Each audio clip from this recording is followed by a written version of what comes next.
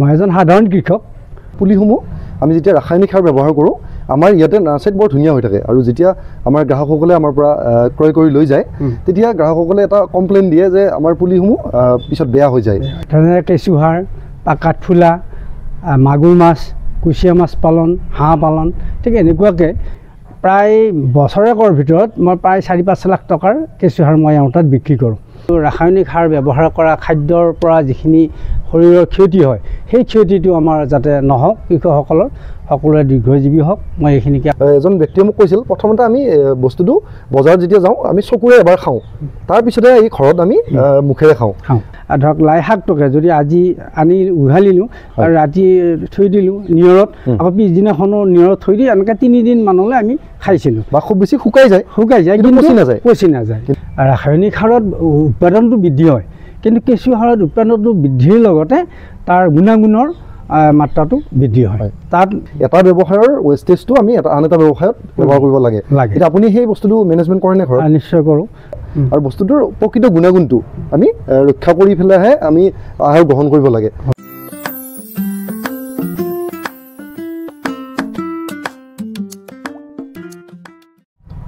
নমস্কাৰ, উত্তৰণ নাৰ্চাৰীৰ আন এটা ভিডিঅ'লৈ আপোনালোকক স্বাগতম। আজি আমাৰ মাজত এজন ব্যক্তি উপস্থিত আছে। এখেত হৈছে মহেন্দ্ৰ বৰুৱা। নমস্কাৰ। এখেতৰ ঘৰ আমাৰ দৰং জিলাৰ গড়গড়ি গাঁৱত আৰু এখেতে আমাক নাৰ্চাৰীত যেতিয়াৰ পৰা আমি আৰম্ভ কৰিছিলোঁ তেতিয়াৰ পৰাই কেঁচুসাৰৰ যোগান ধৰি আছে। এখেত এগৰাকী আদৰ্শ কৃষক। এখেতে কেঁচুসাৰৰ উপৰিও আৰু বিভিন্ন ধৰণৰ কৃষি কাৰ্যৰ লগত জড়িত আৰু আমাৰ অসম চৰকাৰৰ KVK বা কৃষি বিভাগৰ লগতো তেখেতে একেলগে কিছুমান প্ৰজেক্ট কৰি আছে আৰু এখেতৰ মুখৰ পৰাই আমি শুনিব বিচাৰোঁ আজি এখেতে বৰ্তমান কেনেকুৱা ধৰণৰ কৃষি কাৰ্য বা কেনেকুৱা ধৰণৰ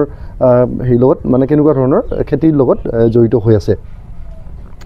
ধন্যবাদ। উত্তৰ নাৰ্চাৰীৰ স্বত্বাধিকাৰী আমাৰ ভাইটি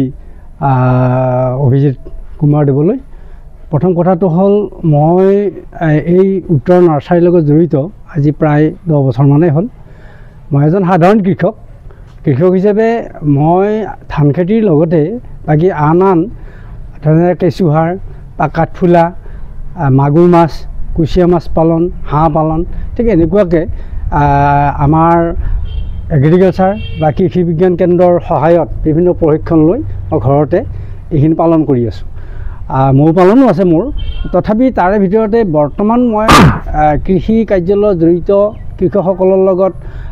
সম্বন্ধ ৰাখি এটা খেতিয়েই বেছি উৎপাদনশীল হিচাপে মই ঘৰখনত বাছনি কৰি লৈছোঁ। সেইটো হ'ল কেঁচুসাৰ প্ৰস্তুত কৰা। আৰু এই কেঁচুসাৰটো প্ৰস্তুত যেতিয়াৰ পৰা কৰিছোঁ তেতিয়াৰ পৰাই আজিলৈকে মই বহি থাকিবলগীয়া হোৱা নাই। বিশেষভাৱে আমাৰ এই অঞ্চলৰ ভিতৰত এখন ডাঙৰ নাৰ্চাৰী, এই যিখন উত্তৰ নাৰ্চাৰী আৰম্ভণিৰ পৰা আজি প্ৰায় 10 বছৰ আগৰ পৰাই এই নাৰ্চাৰীখন আৰম্ভ কৰিছিল। প্ৰথমতে সৰু সুৰা অৱস্থাতেই আছিল, কিন্তু এতিয়া যথেষ্টখিনি পৰিসৰ হৈছে। আজি 3-4 বছৰৰ পৰা যথেষ্টখিনি বহল হৈছে আৰু এই অঞ্চলত এনেকুৱা নাৰ্চাৰী এখনো নাই। সেইটো আমি গৌৰৱ কৰোঁ। যিহেতু এজন উদীয়মান যুৱক, আনফালে তেওঁ এটা চৰকাৰী কৰ্মত নিয়োজিত, তথাপি তেওঁ কৃষিৰ লগত জড়িত হৈ এই অঞ্চলৰ বা দৰং জিলাৰ মানুহক যিখিনি যোগান ধৰি আছে, ফল-মূল, ফুল, ফল, বিভিন্ন ধৰণৰ কৃষিকাৰ্য কৃষকৰ লগত জড়িত হৈ আছে, তাক আমি সঁচাকৈ ধন্যবাদ জ্ঞাপন কৰিব লাগিব। এতিয়া মূলত কথাটো হ'ল কৃষিৰ লগত জড়িত যিহেতু এই নাৰ্চাৰীৰ সকলো গছ-গছনি যিবিলাক আৰম্ভণিৰ পৰা যিখিনি সাৰ প্ৰয়োগ কৰিব লাগে প্ৰকৃততে মই জনাত মই নিজেই প্ৰায় বছৰেকৰ ভিতৰত মই প্ৰায় 4-5 লাখ টকাৰ কেঁচুসাৰ মই তাত বিক্ৰী কৰোঁ। যিহেতু প্ৰতিডাল গছৰ গুৰিত কেঁচুসাৰ ব্যৱহাৰ কৰে আৰু লগতে যিখিনি কৃষকে ইয়াৰ পৰা পুলি লগাবৰ কাৰণে লৈ যায় তেওঁলোককো এই কেঁচুসাৰ যে প্ৰয়োগ কৰিলে আমাৰ ৰাসায়নিক সাৰতকৈ ইয়াৰ মানে দুগুণ এটা তাৰ চাহিদা ভাল হয়, এই কথাখিনি তেওঁ জৰিয়তে কৃষকসকলক বুজাই দিয়ে আৰু সেইমতে যথেষ্টখিনি কেঁচুসাৰ ইয়াৰ পৰা বিক্ৰী হয়। আৰু ইয়াত থকা যিমানখিনি পুলি আৰম্ভণিৰ পৰা মই এইখন নাৰ্চাৰীৰ লগত জড়িত দেখিছোঁ, যিখিনি কৰ্মচাৰী আছে তেওঁলোকে কেঁচুসাৰ প্ৰস্তুত কৰি থকা প্ৰায়ে সকলোৱে দেখা পায় বা নিজেও মই সেইখিনি কৰাত মানে ধৰক অতি আনন্দিত যেহেতু কেঁচু সাৰ জৈৱিক সাৰটো এতিয়া আমাৰ সকলোৰে বৰ সমাদৃত এটা সাৰ যিহেতু ৰাসায়নিক সাৰৰ গুণাগুণতকৈ কেঁচু সাৰৰ গুণাগুণটো যথেষ্ট পৰিমাণৰ বেছি গতিকে মই কৃতজ্ঞতা আৰু ধন্যবাদ জ্ঞাপন কৰিছোঁ ভৱিষ্যতে এই উত্তৰ নাৰ্চাৰীৰ জৰিয়তে মোৰ দৰে আৰু বিভিন্ন কৃষকক উৎসাহিত কৰি এনেকুৱাকৈ তেওঁলোক আগবাঢ়ি যাওক আৰু আমাকো আগবঢ়াই লৈ যাওক মই এইটোকে কামনা কৰিছোঁ গতিকে যিখিনি ইনকাম বিশেষভাৱে বছৰত যিখিনি ইনকাম মই পাইছোঁ কেঁচু সাৰৰ জৰিয়তে সঁচাকৈ মই ঘৰখন পৰিচালনা কৰাৰ ক্ষেত্ৰত বৰ সুবিধা হৈছে মোৰ আৰু বাকী পৰিয়ালৰ অৱশ্যে সহযোগ কৰে নকৰা নহয় আৰু এই অঞ্চলৰ মানুহে গমেই পায় যে মই কেঁচু সাৰ কাঠফুলা বা মাগুৰ মাছ কুচিয়া মাছ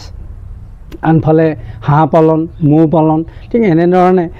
কৃষিৰ লগত জড়িত হৈ কৰ্মখিনি এতিয়ালৈকে কৰি আছোঁ মই ভাগৰি যোৱা নাই যেহেতু খেতিৰ মাটি মোৰ কম সেইকাৰণে কমটি মাটিত অধিক উৎপাদনৰ কাৰণে মই এইখিনি ব্যৱস্থা কৰিছোঁ আৰু লগতে কৃষকসকলক যেহেতু ৰাসায়নিক সাৰৰ পৰিৱৰ্তে জৈৱিক সাৰ ব্যৱহাৰ কৰি যাতে আমাৰ শৰীৰৰ এটা ভাল উন্নতি মই কামনা কৰিছোঁ যেহেতু ৰাসায়নিক সাৰ ব্যৱহাৰ কৰা খাদ্যৰ পৰা যিখিনি শৰীৰৰ ক্ষতি হয় সেই ক্ষতিটো আমাৰ যাতে নহওক কৃষকসকলৰ সকলোৱে দীৰ্ঘজীৱী হওক মই এইখিনিকে কামনা কৰি মই এইখিনিকে মোৰ ফালৰ পৰা প্ৰকাশ কৰিছোঁ আমি যেতিয়া প্ৰথম নাৰ্চাৰী আৰম্ভ কৰিছিলোঁ তেতিয়া আমি প্ৰায় এটা সমস্যাৰ মানে সন্মুখীন হৈছিলোঁ আমাৰ পুলিসমূহ আমি যেতিয়া ৰাসায়নিক সাৰ ব্যৱহাৰ কৰোঁ আমাৰ ইয়াতে নাৰ্চাৰীত বৰ ধুনীয়া হৈ থাকে আৰু যেতিয়া আমাৰ গ্ৰাহকসকলে আমাৰ পৰা ক্ৰয় কৰি লৈ যায় তেতিয়া গ্ৰাহকসকলে এটা কমপ্লেইন দিয়ে যে আমাৰ পুলিসমূহ পিছত বেয়া হৈ যায় তেনেহ'লে আমি সেই বস্তুটোৰ ওপৰত তেতিয়া আমি এটা সৰুকৈ ৰিচাৰ্চ কৰিলোঁ সেই বস্তুটো কিহৰ কাৰণে হয় আৰু আমি শেষত গম পালোঁ যে সেইটো ৰাসায়নিক সাৰটো এটা মাত্ৰাত আমি নাৰ্চাৰীত প্ৰয়োগ কৰি থাকোঁ আৰু গ্ৰাহকৰ যেতিয়া হেৰি হয় গ্ৰাহকে যেতিয়া লৈ যায় তেতিয়া তেওঁলোকে সেই সাৰটোৰ মাত্ৰাটো বা একে লেভেলত সাৰটো প্ৰয়োগ কৰি নাথাকে সেই নাথাকাৰ ফলত সেই গছজোপা অকণমান দুৰ্বল হৈ যায় বা সেই গছজোপা হালধীয়া পৰি যায় বা তাৰ যিটো মানে হেৰি হয় চাইনিংটো কমি যায় আৰু তেতিয়াৰ পৰা আমি ভাবিলোঁ যে এই ৰাসায়নিক সাৰৰ প্ৰয়োগটো আমি খুব কমাই দিওঁ আৰু কমাই দি পেলাই আমি লাহে লাহে কেঁচু সাৰৰ ফালে আমি হেৰি হ'লোঁ চিফ্ট হ'লোঁ আৰু সেই কেঁচু সাৰত যেতিয়া চিফ্ট হ'লোঁ তেতিয়াও কিন্তু আমি কিছু চেলেঞ্জ পাইছিলোঁ কাৰণ কেঁচু সাৰ ব্যৱহাৰ কৰাৰ লগে লগে আমি ৰিজাল্টটো নাপাওঁ ৰাসায়নিক সাৰত যেনেকুৱাকৈ আপুনি 2-3 দিনৰ ভিতৰতে পায় বা ইউৰিয়া ডাইৰেক্ট ছটিয়াই দিলে 2-3 দিনৰ ভিতৰতে আমি সেউজীয়া হৈ উঠে গছজোপা বা ফুলখিনি কিন্তু আমি এই কেঁচু সাৰৰ বস্তুটো অলপ লাহে লাহে পাওঁ কিন্তু তাৰ ৰিজাল্টটো যিটো পাওঁ সেইটো পাৰ্মানেণ্ট ৰিজাল্ট আৰু গছজোপাৰ যিটো ষ্ট্ৰেংথ হয় বা আমাৰ তাত যেনেকুৱা হৈ থাকিব কাষ্টমাৰৰ তাতো গছজোপা যোৱাৰ পিছত তেওঁলোকে যেতিয়া ৰোপণ কৰি দিব একে নিচিনা কণ্ডিশ্যনত থাকে আৰু তেতিয়াৰ পৰা আমি কেঁচু সাৰৰ ব্যৱহাৰটো এই নাৰ্চাৰীত বৃদ্ধি কৰালোঁ আৰু প্ৰথম কেঁচু সাৰ আমাক ছাপ্লাই দিছিলে এখেতে আৰু এখেতৰ উপৰিও আমি বেলেগ কিছুমান কৃষকৰ পৰাও কেঁচু সাৰ কালেকশ্যন কৰিব লাগে যিহেতু আমাৰ চাহিদাটো অকণমান বেছি আৰু ইয়াতে আমি কেঁচু সাৰটো ৰিটেইল প্ৰাইজত বিক্ৰী কৰোঁ আৰু কিছুমান নাৰ্চাৰীলৈকে আমি হ'লচেল প্ৰাইজতো বিক্ৰী কৰোঁ গতিকে এওঁলোকৰ পৰা আমি কেঁচু সাৰবোৰ সংগ্ৰহ কৰোঁ আৰু দৰং জিলাত মূলতঃ আমি বেছিকৈ কেঁচু সাৰ এই মহেন্দ্ৰ বৰুৱা ডাঙৰীয়াৰ পৰাই আমি কালেক্ট কৰোঁ আৰু এখেতৰ যিটো কেঁচু সাৰ তাৰ কোৱালিটিটো আপোনালোকে কেতিয়াবা আহিলে আমাৰ নাৰ্চাৰীত চাব পাৰিব যথেষ্ট ভাল কোৱালিটিৰ হয় প্ৰায় 90% 100% কেঁচুৰ সেয়া হয় কেঁচুৰ যিটো গু হয় বিষ্ঠা সেইটোৰ পৰাই মানে তেওঁ যিটো কেঁচুৱাৰ হয় আৰু বাকী কিছু কেঁচুৱাৰ দেখা যায় যি গোবৰ চালি গোবৰটো যেতিয়া হেৰি কৰি দিয়ে চালনীতে চালি দিয়ে তেতিয়া সেইটো আউটপুট কৰি দিয়ে কিন্তু সেইটো কেঁচুৱাৰ আচলতে কেঁচুৱাৰ নহয় এতিয়া আপোনালোক আমি জানিব বিচাৰিম যে এই কেঁচুহাৰৰ পৰা আমি মানে গছজোপাত যিটো আমি ক'লোৱে যিটো লং লাষ্টিং কৰে বেছি মানে দীৰ্ঘজীৱী হয় তাৰ উপৰিও আৰু কেঁচুহাৰৰ কি কি গুণ থাকিব পাৰে অকণমান জানিব পাৰিম নেকি আমি কেঁচু সাৰৰ গুণটো এনেকুৱা ধৰক আমি জৈৱিক সাৰ ৰাসায়নিক সাৰ ব্যৱহাৰ কৰি যিটো শস্য উৎপাদন কৰিম সেই শস্যটো প্ৰকৃততে খন্তেকীয়া তাক উভালি অনাৰ পিছত এদিন বা বেছিতে 2 দিন মাত্ৰ থাকিব তাৰপিছত পচি এফালৰ পৰা বস্তুটো মানে হেৰি হৈ যাব পচি যায় আমি বজাৰৰ পৰা যি খেতিৰ বস্তু কিনি আনো ফল মূল বা সেইবিলাকৰ আমি সেই প্ৰব্লেমটো পাওঁ কেঁচু সাৰৰ কৰাটো কেঁচু সাৰ হ'লে আপুনি ধৰক আগৰ যিটো আমাৰ ব্যৱস্থা আছিল আমাৰ আই পিতাহঁতে কৰা যিটো লাই শাক বা কবি বেঙেনা এইবিলাক ছিঙি আনি ধৰক লাই শাকটোকে যদি আজি আনি উঘালিলোঁ আৰু ৰাতি থৈ দিলোঁ নিয়ৰত আকৌ পিছদিনাখনো নিয়ৰত থৈ দি এনেকৈ 3 দিন মানলৈ আমি খাইছিলোঁ বা খুব বেছি শুকাই যায় কিন্তু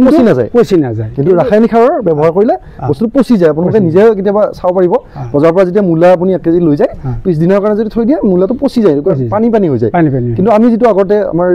খেতিৰ বস্তুবিলাক শুকাই গৈছিল সেই শুকাই যোৱা চিষ্টেমটো এতিয়া কমি আহিছে আৰু সেই কমাৰ কাৰণটো হৈছে ৰাসায়নিক সাৰৰ পৰিৱৰ্তে কেঁচু সাৰৰ পৰিৱৰ্তে বা জৈৱিক সাৰৰ পৰিৱৰ্তে ৰাসায়নিক সাৰৰ ব্যৱহাৰ হয় আৰু আমাৰ শৰীৰতো যথেষ্ট ক্ষতি হয় যেহেতু কেঁচু সাৰ আৰু ৰাসায়নিক সাৰৰ মাজত সম্পূৰ্ণ পাৰ্থক্য এটা আছে ৰাসায়নিক সাৰত উৎপাদনটো বৃদ্ধি হয় কিন্তু কেঁচু সাৰত উৎপাদনটো বৃদ্ধিৰ লগতে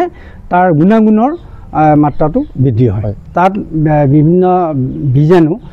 যেহেতু কীটনাশক ঔষধ তাত ব্যৱহাৰ নকৰাকৈ আমি জৈৱিক কীটনাশক ঔষধ ব্যৱহাৰ কৰি সেইখিনি নিৰাময় কৰিব পাৰোঁ কিন্তু যদি ৰাসায়নিক সাৰ ব্যৱহাৰ কৰা হয় তাত কীটনাশক ঔষধ যিটো যে অতি বিষাক্ত মানুহৰ বা জীৱ জন্তুৰ দেহৰ কাৰণে অতি ক্ষতিকাৰক সেই ক্ষতিকাৰক বস্তুটো ব্যৱহাৰ কৰিলে মানুহৰ ক্ষতি হয় বা আন জীৱ জন্তুৰো ক্ষতি হয় তাৰ আমি ৰৈ যোৱা যিখিনি পেলনীয়া বস্তু সেইখিনি যদি আমি গৰু গাই এইবিলাকক দিওঁ তথাপি সেইবিলাকৰো ক্ষতি হয় নানা ৰকম বেমাৰ আজাৰ হ'ব পাৰে হয় আৰু আমাৰ যিটো ব্যৱসায়ত সকলো ব্যৱসায়তে আমি বিশেষকৈ খেতিত আমি ৱেষ্টেজ মেনেজমেণ্ট যিটো মানে আমাৰ পেলনীয়া সামগ্ৰীটো আমি ব্যৱহাৰ কৰোঁ কিছুমান বস্তুত ব্যৱহাৰ কৰিব পাৰিলে ভাল এটা ব্যৱসায়ৰ ৱেষ্টেজটো আমি আন এটা ব্যৱসায়ত ব্যৱহাৰ কৰিব লাগে এতিয়া আপুনি সেই বস্তুটো মেনেজমেণ্ট কৰেনে ঘৰত নিশ্চয় কৰোঁ যেহেতু ঘৰখনত যথেষ্টখিনি পেলনীয়া বস্তু আমাৰ মানে জমা হয় ৰাতিপুৱাৰ পৰা গধূলিলৈকে যথেষ্টখিনি পেলনীয়া বস্তু জমা হয় সেই পেলনীয়া বস্তুখিনি আগতে আমি যিকোনো ঠাইত পেলাই দিছিলোঁ কিন্তু এতিয়া আপুনি যদি এটা ভাৰ্মিত বেড বনায় ভাৰ্মি বক্সত আপুনি সেই বস্তুখিনি পেলাই দিব পাৰে যিখিনি যেহেতু সকলো পচি যোৱা বস্তু সেই কেঁচুই মানে খাদ্য হিচাপে গ্ৰহণ কৰে তাত মানে কোনো পিঁয়াজৰ বাকলি বা নেহুৰৰ বাকলি বা বিষজাতীয় কোনো মানে গছৰ ডাল পাত নিম পাত বা আমি যে কওঁ বিলনি বা বি ঢেকীয়া প্লাষ্টিক খোলা এইবিলাক ব্যৱহাৰ নহয় যিটো বস্তু পচি নাযায় বা খাব নোৱাৰে গতিকে আমাৰ ঘৰত যথেষ্টখিনি পেলনীয়া সামগ্ৰী থাকে তাৰপিছত